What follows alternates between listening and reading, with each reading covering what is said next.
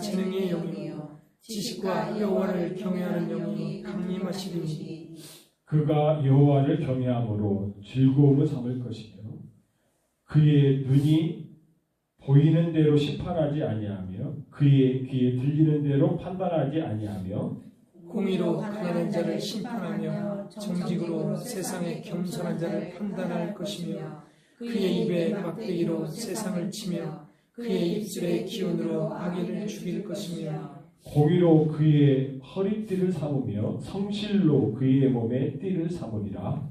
그때에 이리가 어린 양과 함께 살며 표범이 어린 염소와 함께 누우며 송아지와 어린 사자와 살찐 짐승이 함께 있어 어린아이에게 끌리며 암소와 곰이 함께 먹으며 그것들의 새끼가 함께 엎드려지며 사자가 소처럼 풀을 먹을 것이며 젖 먹는 아이가 독사의 구멍에서 장난하며 젖된 어린아이가 독사의 굴에 손을 넣을 것이라. 내 거룩한 산 모든 곳에서 해됨도 없고 사람도 없을 것이니 이는 물이 바다를 덮음같이 여호와를 아는 지식이 세상에 충만할 것임이니라. 아멘. 자, 오늘 이사야서 8장에서 저희들이 이사야 선지자를 통해서 우리에게 이렇게 알려주신 예수님에 대해서 저희들이 살피겠습니다. 제목은 예수님의 초림과 재림 이렇게 나왔는데 한 가지 빠졌죠? 천년왕국. 예수님의 재림과 천년왕국. 오늘 이 1절부터 9절까지에 이 세 가지가 다 나와요. 예수님의 초림, 그 다음에 예수님의 재림, 그 다음에 왕 대신 그리스도, 천년왕국. 이 세 가지가 이렇게 다 나옵니다. 근데 우리들은 막 이런 것을 이렇게 뭉뚱그려서 이렇게 생각을 하죠. 그렇게 인식을 하는데 그러다 보니까 그 좀 예수님의 그 디테일한 그런 면을 우리가 이렇게 깨닫고 또 하나님의 사랑을 이렇게 느끼고 하나님의 계획을 우리가 이렇게 추구하는 데는 부족한 것 같아요. 참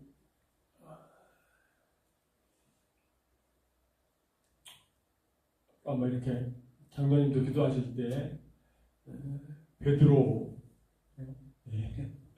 예수님을 모른다. 어떤 면에서는 그렇죠. 베드로가 거짓말했다고만 할 수 없는 그런 부분도 있죠.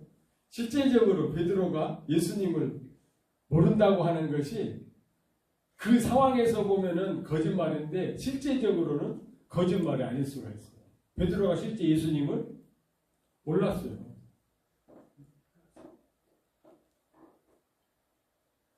그 상황에서는 맞아, 네가 얘기하는 것처럼 나 예수님의 제자야. 이게 정답이지요. 맞는데 실제적으로는 베드로가 예수님을 모른다고 한 것은 진짜 예수님이 누군지를 모르기 때문에 그렇게 대답했습니다. 지금 우리들도 마찬가지죠. 그리고 방금 전에도 이제 예수님이 왕 되신다라고 하는 걸 찬양을 했는데 사실은 지금은 예수님이 왕이 아니시죠. 언제 왕이시죠? 천년왕국 때 왕이셔요. 그러니까 이런 걸 사실 우리가 구분할 줄을 이렇게 알아야 되는데 그 구분을 하지 않고 하니까 좀 우리가 이렇게 찬양도 지금 오늘 예수님의 이름에 대해서 우리가 이렇게 찬양하려고 제가 선곡을 이렇게 했는데 또 이렇게 하다가 보니까 또 이렇게 우리 찬양 반주기가 안 맞아가지고 좀 어려움이 있었는데 그런데 처음에 나왔던 그 예수님에 대한 그 곡이 그 손명희 시인이 가사를 쓰고 곡을 붙인 그 예수님의 이름. 그러니까 그 찬양 어떻게 되죠? 나는 말할 수 없네. 그렇죠? 예수님이라고 하면서 나는 말할 수 없네. 그렇게 처음에 시작을 하더라고요. 이걸 손명희 시인도 상당히 그렇다.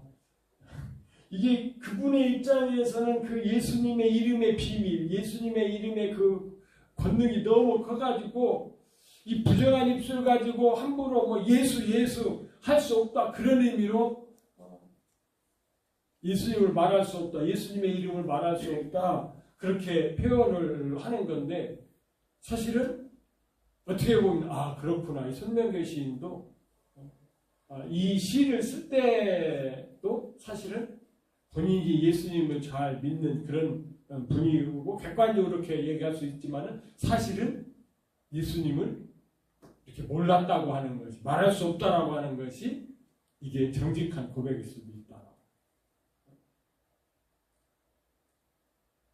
그리고 오늘 말씀만 가지고서도 그렇죠.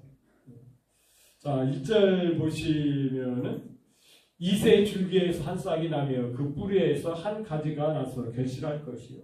그럼 이새가 누구죠? 이새가 누굽니까? 다윗의 아버지예요, 아버지. 다윗의 아버지는 무엇하는 사람이었었죠? 다윗의 아버지는 무엇하는 사람? 목동이었어요, 목동. 어디서요? 베들레헴. 막 베들레헴 막 굉장한 곳인가요? 지금은 뭐 관광지로 유명하지만 이때 이사야 선지자를 통해서 말씀할 때에는 베들레헴은 어디예요? 그러니까 지금 예수님의 초림을 지금 이사야 선지자를 통해서 말씀을 하시는데, 그 이사야 선지자를 통해서 하나님께서 무엇을 말씀하시려고 하는 것 같아요? 이새라고 하지 않고 이새의 아들인 다윗의 줄기에 산싹이 나서 이러면은 조금 어떻습니까? 그리고 다윗은 누구였으니까? 왕이었으니까. 그런데 그렇게 표현하지 않고 뭐라고 표현해요? 이새의 줄기에서. 이새의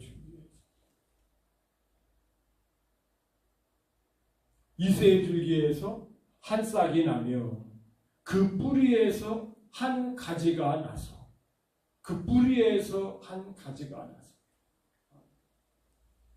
우리가 지난번에 생겼듯이 뿌리에서 한 가지가 난다라고 하는 것은 이 나무가 어떻게 된 거예요? 비어진 거죠. 그루터기.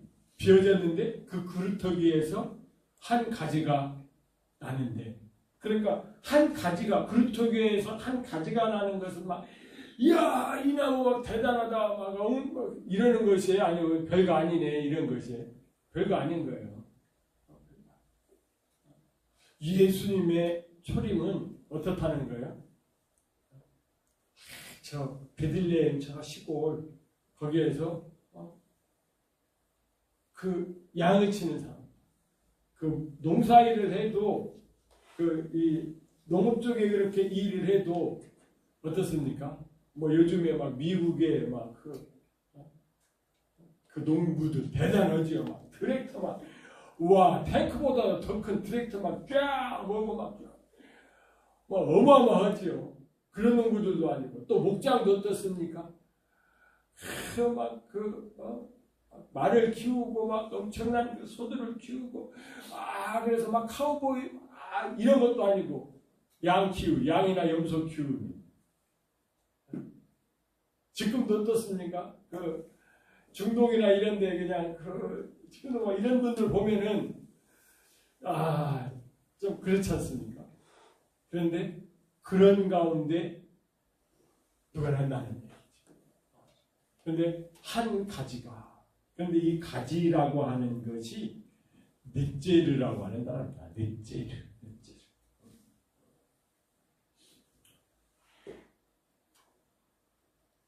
그런데 이 넷제르에 대해서 여러분 마태복음에 이렇게 말씀하고 있습니다.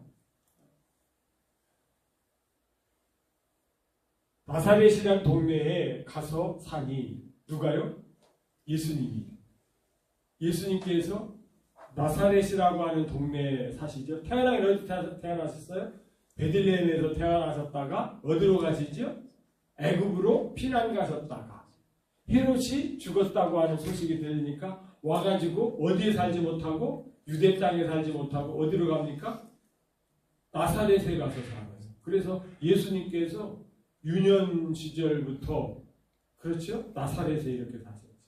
그랬더니 그렇게 나사렛이라는 동네에서 사는 것을 뭐라고 얘기한다고요? 이는 그 선지자들로 하신 그 말씀에 나사렛 사람이라 칭하리라 하심을 이루려 하십니다. 그런데 여러분 성경에 선지자들이 메시아를 나사렛 사람이라고 칭한 곳이 있을까요? 없을까요? 사실은 없어요.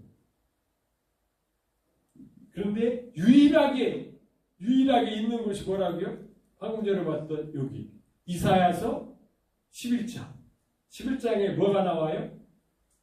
넷제르.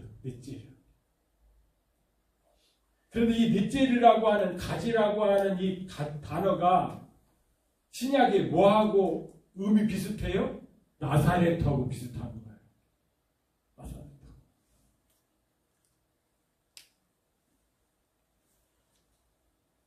이게 지금 제가 뭐를 말씀드리려고 하는지 아세요?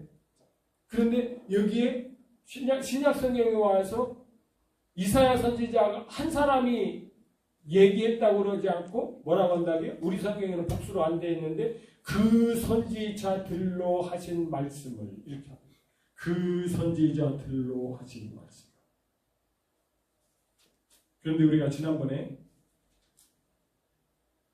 우리가 임마누엘을 우리가 공부하면서 10장에서 우리가 나눴죠. 이사야 선지자만 선지자가 아니고 이사야 선지자의 부인도 무슨 선지자라고요? 여선지자. 그래서 이 이사야서는 이사야 선지자가 썼지만은 누구도 그의 아내인 부부 선지자인 그 아내까지. 그래서 들로 표현해가지고 이렇게 마태복음 2장 23절에서 초림 오시는 그 예수님이 메시아이신 것을 구약의 선지자들이 뭐라고 고백을 했다고요? 나사렛 사람이라고 하는 이런 칭함을 받으리라. 이 얘기를 이사야 선지자가 이사야서 11장 1절에서 이새의 줄기에서 한 싹이 나며 그 뿌리에서 한 가지가 나서 결실할 것이요. 가지, 넷제르, 이 넷제르라고 하는 이 단어가 바로 이 나사렛을 의미하는 것이다. 학자들이 이렇게 설명을 하는 것이 이게 이제 뭐라고 해야 될까요? 그 요즘 요즘도 그런 별명을 짓는지 모르지만 우리가 어렸을 때는 친구 별명을 지을 때 뭐 가지고 별명을 많이 지었어요? 이름 가지고 이름 유희를 사용한 거죠. 이름을 그 단어의 유희지요. 이렇게 그러니까 지금 이 마태가 이렇게 하는 것은 이 언어의 유희지. 마태복음에서 계속해서 나오는 거 뭐죠? 선지자들을 통하여 말씀하시기를, 선지자를 통해서 말씀하시기를 하면서 이사야서 11장에 있는 말씀을 가지고 이렇게 말씀을 하시고 실제적으로 예수님이 초림하실 때에는 이새의 줄기에서 난 것처럼 어떻죠? 이사야서 53장에 가서 보시면은 이 예수님을 뭐라? 마른 땅에서 나오는 뭐 같다고요? 줄기 같다. 마른 땅에서 나오는 줄기 같다. 이 표현은 어떤 표현일까요? 마른 땅에서 나온 줄기. 마른 땅에서 나온 새싹. 어떨까요? 여러분들이 농사 안 잡으셔서 모르시나요? 어떻습니까? 정말로 안쓰러워요. 비가 막 푹 온 다음에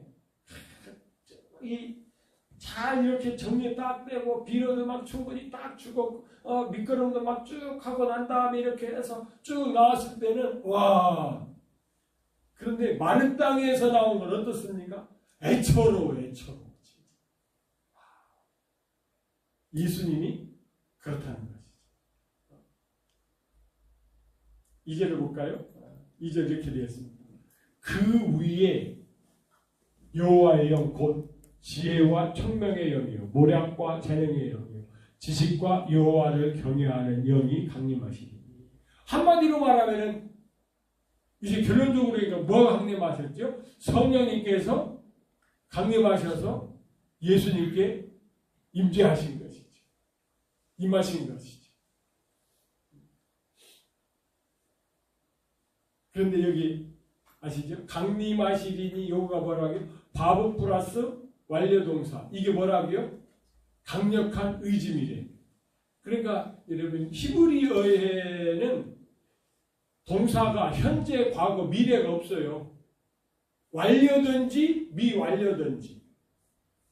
아직까지 완료가 되지 않았으면 미완료고 앞으로 분명히 완료될 것이든지 완료가 된 것은 완료든지. 그래서 여러분 이 완료형에다가 앞에다가 과거 동사를 붙이면은 어떻게 된다고요? 반드시 그렇게 되는 거예요. 그러니까 하나님께서 반드시 이것을 하신다는 거예요. 이새에서 나온 그 마른 땅에서 나온 거기에다가 분명히 하나님께서 뭐 하신다고요? 네? 성령을 부어주시겠다.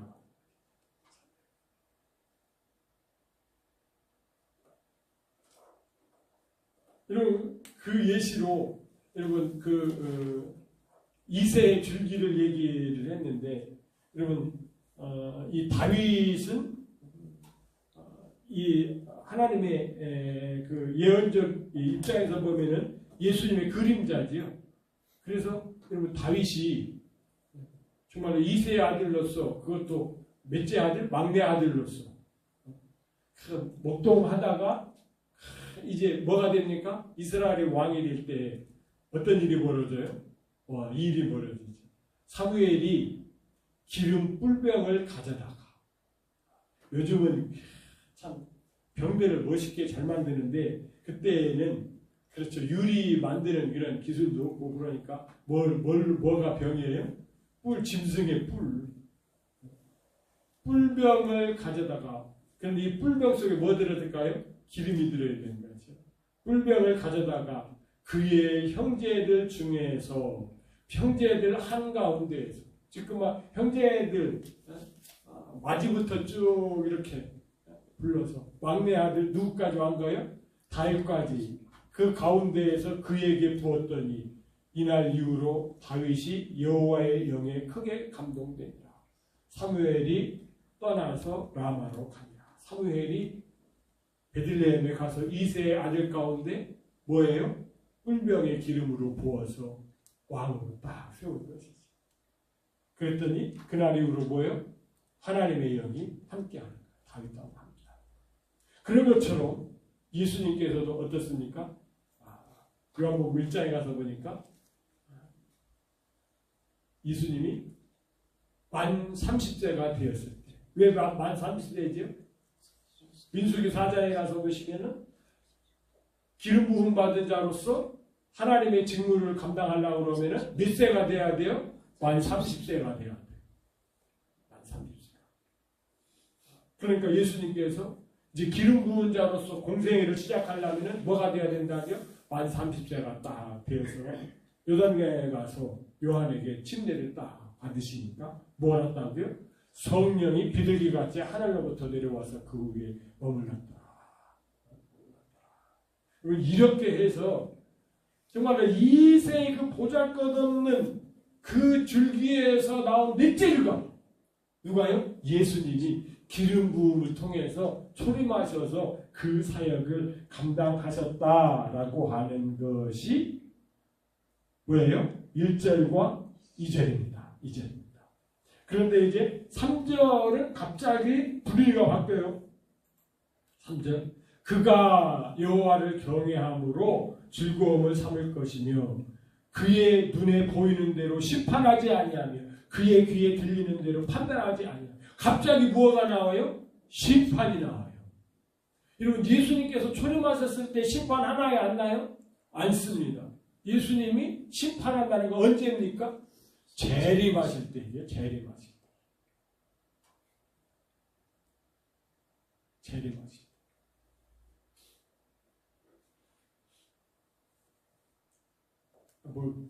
목사님 우리가 꼭 그런 것까지 알아야 돼요. 예수님의 초림과 재림과 그 다음에 천년왕국의 그 메시아성을 우리가 알고 예수님을 믿는 것하고 이렇게 뭘 그냥 뭉뚱그려서 그냥 믿습니다. 좋으신 예수님, 사랑의 예수님하고 믿는 것하고 여러분요, 우리의 신앙의 방향, 태도가 완전 달라집니다. 이런 걸 정확하게 이렇게 알면서 믿으면 확신이 믿습니다 이래서 확신이 아니라 말씀이 우리 속에서 강력하게 우리의 믿음을 붙드는 것이고, 그러니까 3절 그 다음에요 4절 5절은 뭐예요? 예수님의 재림을 말씀하시는 거예요. 왜요? 심판을 말씀하시니까. 심판.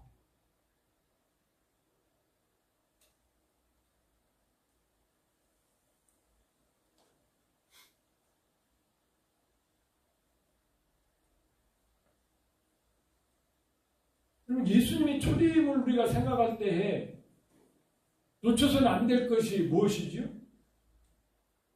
예수님이 왜 하나님이신데 사람으로 오시는데 그 사람도 어떤 사람으로 오신다고요? 굉장히 이런 어마어마한 가면 아직도 그 영국 사회는 그런 게 우리나라도 아직 조금 남아있긴 합니다만은 그 양반 세력들이 은근히 그런 게 남아있긴 합니다. 영국은 아직도 굉장하더라고요. 아직도 영국에는 그 왕이 있으니까 그런지 이 좀 귀족들이 결혼하는 데 있어서도요 그 집안에서는 난리더만요. 일반 평민들하고 결혼하는 거 이런 거 그렇더라. 그런데 예수님은 하나님이신데 왕족으로 오셨다고 표현하지 아니하고 누구예요? 이세예요. 왜요? 히브리서 5장 8절에서 우리에게 말씀하시는 대로 그는 아들이면서도 받으신 고난으로 순종함을 배워서 그렇게 오셔서 뭐를 배워나간다고요? 순종을 배워나가서 십자가를 지시기까지 하는. 그러니까 아까도 제가 잠깐 말씀을 드렸습니다마는 우리도 그렇고 예수님도 그렇고 기계적으로 그렇게 하는 것이 아니에요. 인격적인 교제를 통해서 예수님께서 십자가를 지시는 것을 말씀을 하시는 것이죠. 군대 가는 것도 그렇더라고요. 군대 가는 것도 어떻게 의무감에 끌려가는 저 같은 경우는 그런 것이었었는데 그렇지 않은 사람이 많아요. 찬혁이라는 사람 있잖아요. 그 악동 뮤지션이가 하는 그 친구. 그 친구는 정말로 선교사 아들이어서 그렇게 고난해야지. 초등학교 졸업장이 없었죠. 이렇게. 그렇죠? 몽골에서 홈스쿨링하고 이래가지고. 그래서 군대 떼창하니까 군대 가기 위해서 그 사이에 검정고시 공부해가지고 고등학교 졸업장을 따가지고서 해병대 들어간 거야. 걔는 군대 안 가도 되는데. 그러니까 그 친구는 뭐 하는 거예요? 우리는 그렇죠. 우리는 그냥 군대 끌려갔는데 그 사람은 뭐예요? 나라의 법에 순종함을 배워가는 것이죠. 내가 이거 변화를 일으켜야 되겠다. 그래가지고 군대 가서 군악대로 있었던 것이 아니고 진짜 해병대 소총수로서 그 훈련 받으면서 그걸 딱 했을 때 그런 걸 통해서 뭐를 배운 거예요? 이 순종을 배운 거예요. 예수님도 마찬가지라.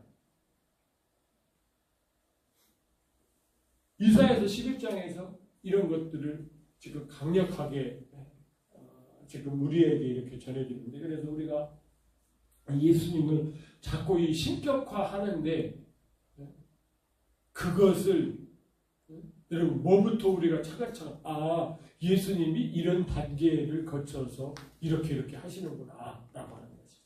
그래서 예수님께서 재림하실 때에 그 심판주로 오시는 그 이유가 더 확실해지는 것이죠. 4절 5절 보시면은 공의로 가난한 자를 심판하며 정직으로 세상에 겸손한 자를 판단할 것이며 그 입의 막대기로 세상을 치며 그의 입술의 기운으로 악인을 죽일 것이며 공의로 그의 허리띠를 삼으며 성실로 그의 몸의 띠를 삼으시리라. 이게 무슨 얘기입니까? 예수님이 재림주로 오셔서 우리 성도들을 어떻게 해요? 고린도후서 5장 10절에 있는 것처럼 이는 우리가 다 반드시 그리스도의 심판대 앞에 나타나야 돼요. 언제 이렇게 나타낸다? 예수님이 재림하실 때 우리가 공중에 올라가서 주님 앞에 이렇게 딱 서게 되는데 각각 선악간에 그 몸으로 행한 것을 따라 받으려 함이라. 그 몸. 우리가 그리스도의 몸, 교회를 이루고 그 교회를 이루는 그때 우리가 한 것, 그 선악간. 선은 뭐예요? 교회를 세우는 것이고 악은 뭐예요? 교회를 허무는 것. 교회를 세우는데 어떤 자세를 가지고 있습니까? 사실은 교회를 세운다고 했는데 교회를 무너뜨렸느냐. 여러분 그런 것에 대해서 심판을 하시는데 여러분 이런 예수님께서 육신의 몸을 입으시고 이 땅에 오셔서 순종을 배워나가셨던 여러분 그것을 기초로 해가지고 그러니까 뭐예요? 예수님은 괜히 우리 인생의 그 어려움을 경험도 안 하시고 괜히 판단하신다고 그게 아니고 직접 우리의 인생의 고단한 이 삶 여러분 어떻습니까? 가만히 이렇게 인생 사는 거 이렇게 보면은 참 어렵게도 살지. 그렇죠? 그런데 그런 걸 예수님께서 다 경험을 하시고 이렇게 심판을 하신다라고 하는 것입니다. 어떻게 해요? 언제요? 대사복음서 4장 10절 주께서 오려운과 천사장의 소리로 하나님의 나팔소리로 친히 하늘로 두고 강림하시리니 그리스도 안에서 죽은 자들이 먼저 일어나 그 후에 살아남은 자들도 그들과 함께 구름 속으로 끌어올려 공중에서 주를 영접하시니 이 말씀이 있기 때문에 아까 고린도후서 5장 10절 말씀할 때 우리가 공중에서 그리스도 앞에 선다라고 할 때 주의 재림 때라고 말씀하시는 것이죠. 그리하여 우리가 항상 주와 함께 있으리라. 이때부터는 어때요? 천연왕국에 들어가서 그리스도의 심판대를 통과해서 천연왕국에 들어가면 어때요? 항상 주님과 함께 하게 되는 것이겠죠.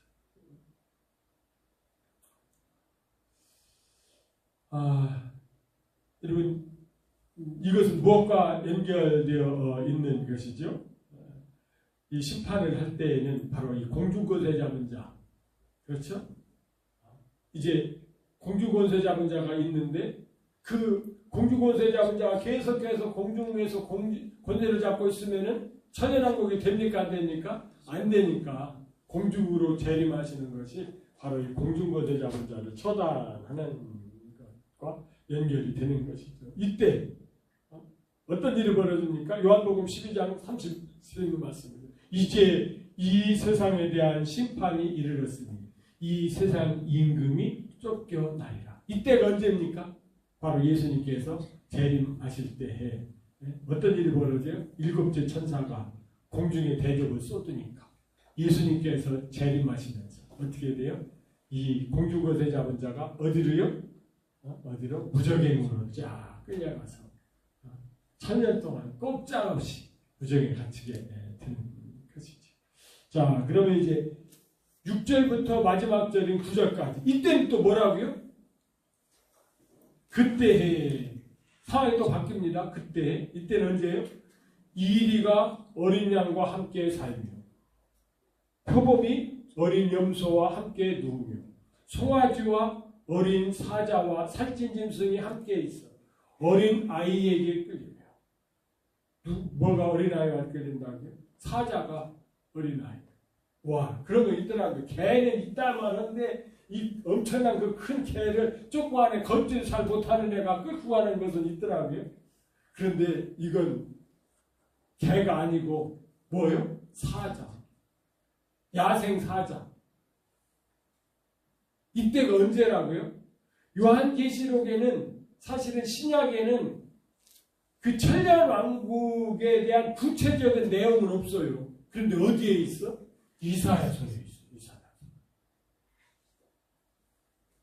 지금 6절, 7절, 8절, 9절 말씀 속에서는 이 얘기는 뭐예요? 예수님의 초림도 아니고 재림을 하셔서 심판 후에 뭐예요? 천년왕국 때에 이런 일이 있다는 얘기죠. 암소와 곰이 함께 먹으며 그것들의 새끼가 함께 엎드리며 사자가 소처럼 풀고 사자가 육식을 하지 않고 뭐를 한다고요? 풀을 먹고. 젖 먹는 아이가 독사의 구멍에서 장난하며 젖된 어린아이가 독사의 불에 손을 넣을 것이라. 내 거룩한 산 모든 곳에서 해됨도 없고 상함도 없을 것이니 이는 물이 바다를 덮은 것 같이 여호와를 아는 지식이 세상에 충만합니다. 여호와를 아는 지식이 세상에 충만합니다. 지금은 우리가 이 하나님을 알고 싶어도 이 하나님에 대한 지식이 어떻게 해요? 너무 짧고 너무 짧아. 그래서 좀 이런 면에서 답답함이 있는데 이때는 어떻게 해요? 물이 바다를 덮은 것 같이 하나님의 지식이 참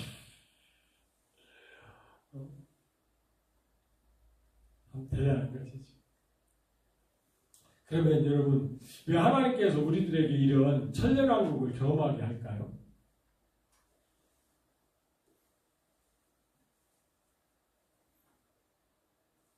우리가 성경을 읽다 보면 이런 말씀이 뜬구름없이 나오는 것을 보게 되죠. 베드로전서 2장 9절. 너희는 택한 백성이요, 택한 족속이요, 백성이요, 왕 같은 제사장이요, 왕 같은 제사장. 아니 왕이면 왕이고 제사장이면 제사장이지 뭐일까? 옛날에는 어떻습니까? 요즘은 상권 분립이 되어 있지만은 옛날에는 뭐요? 왕이 제사장도 되고 왕이 군인도 되고 왕이 뭐가 되는 거예요? 진짜 왕으로서 왕족으로서. 그런데 우리 이 성도들을 왕 같은 제사장이라고 이렇게 부르기만 하면서 그냥 그런 것이 아니라 실제적으로 뭐를 준다고요? 왕같이 다스리는 그 기회를 주시는 것이죠. 여러분 이때를 한번 굽고 보면은 지금 참 저는 안타까워 죽겠더라고요. 꽤 똑똑한 사람이 이거 국회의원 좀 한번 하고 싶어가지고 요즘 막 추석 가까워 오니까 뭐예요? 막 프랜카드 막 여기저기 많이 붙었더라고요. 천에도 많이 붙었죠.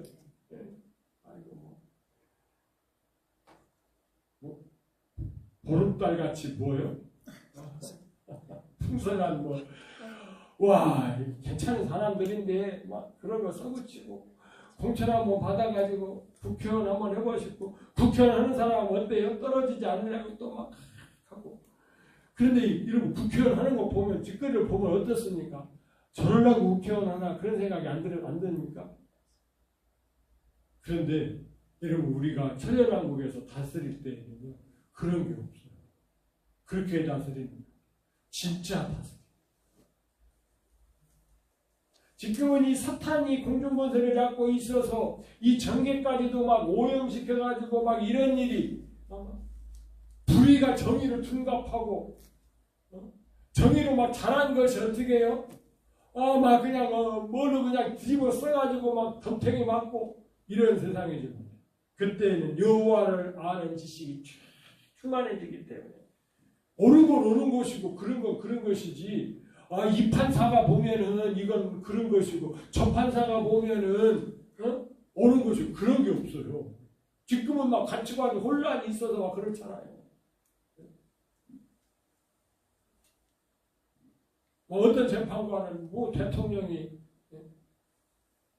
그렇죠. 계엄 선포한 게 무슨 뭐냐.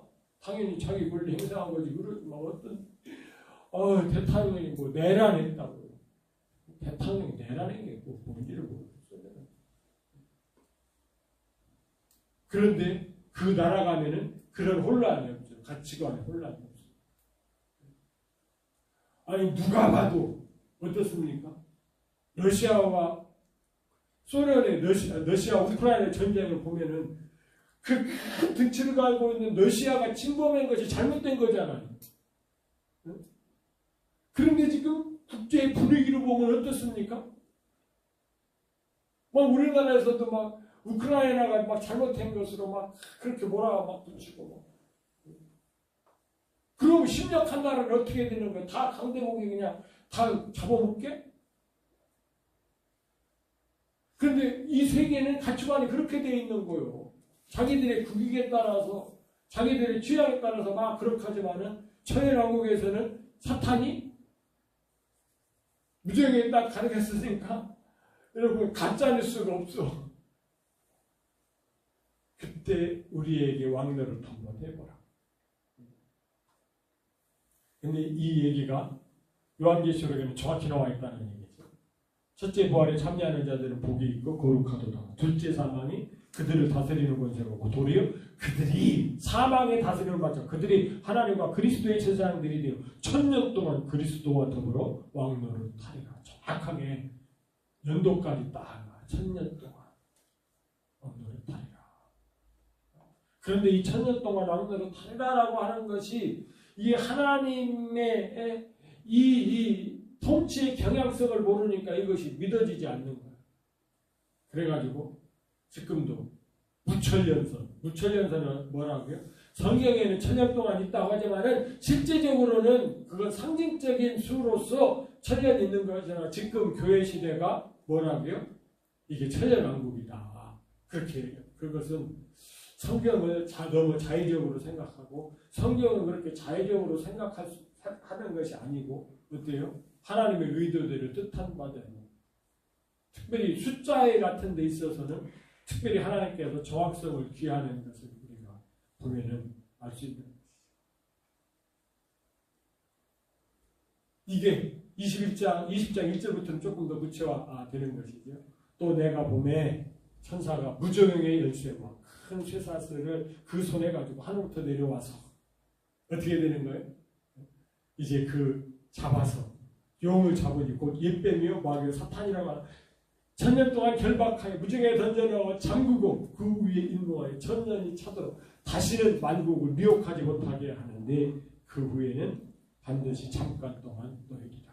천년왕국이 끝날 때 잠깐 노예에서 회방을 하지만 이때를 뭐라고 그러냐 아마겟돈 전쟁. 아마겟돈 전쟁은 소리만 요란하고 시작이 됐다가 제대로 붙지도 못하고 어떻게 됩니까? 그냥 끝나는 것이지. 하나님께서 그냥 싹 해가지고 정리를 해버리는 것이죠. 그래서 오늘은 이 이사야서 11장에는 예수님의 그리스도 선지자로서 재림하셔서 이제 제사장 그리스도로 사역을 마치시고 천년왕국의 왕으로 오셔서 이렇게 통치하시는 그런 내용까지 이렇게 11에서 11장에 이사야서 11장에 이렇게 묘사해 주고 있습니다. 그것을 이제 10절부터 마지막 절까지 또 반복해요.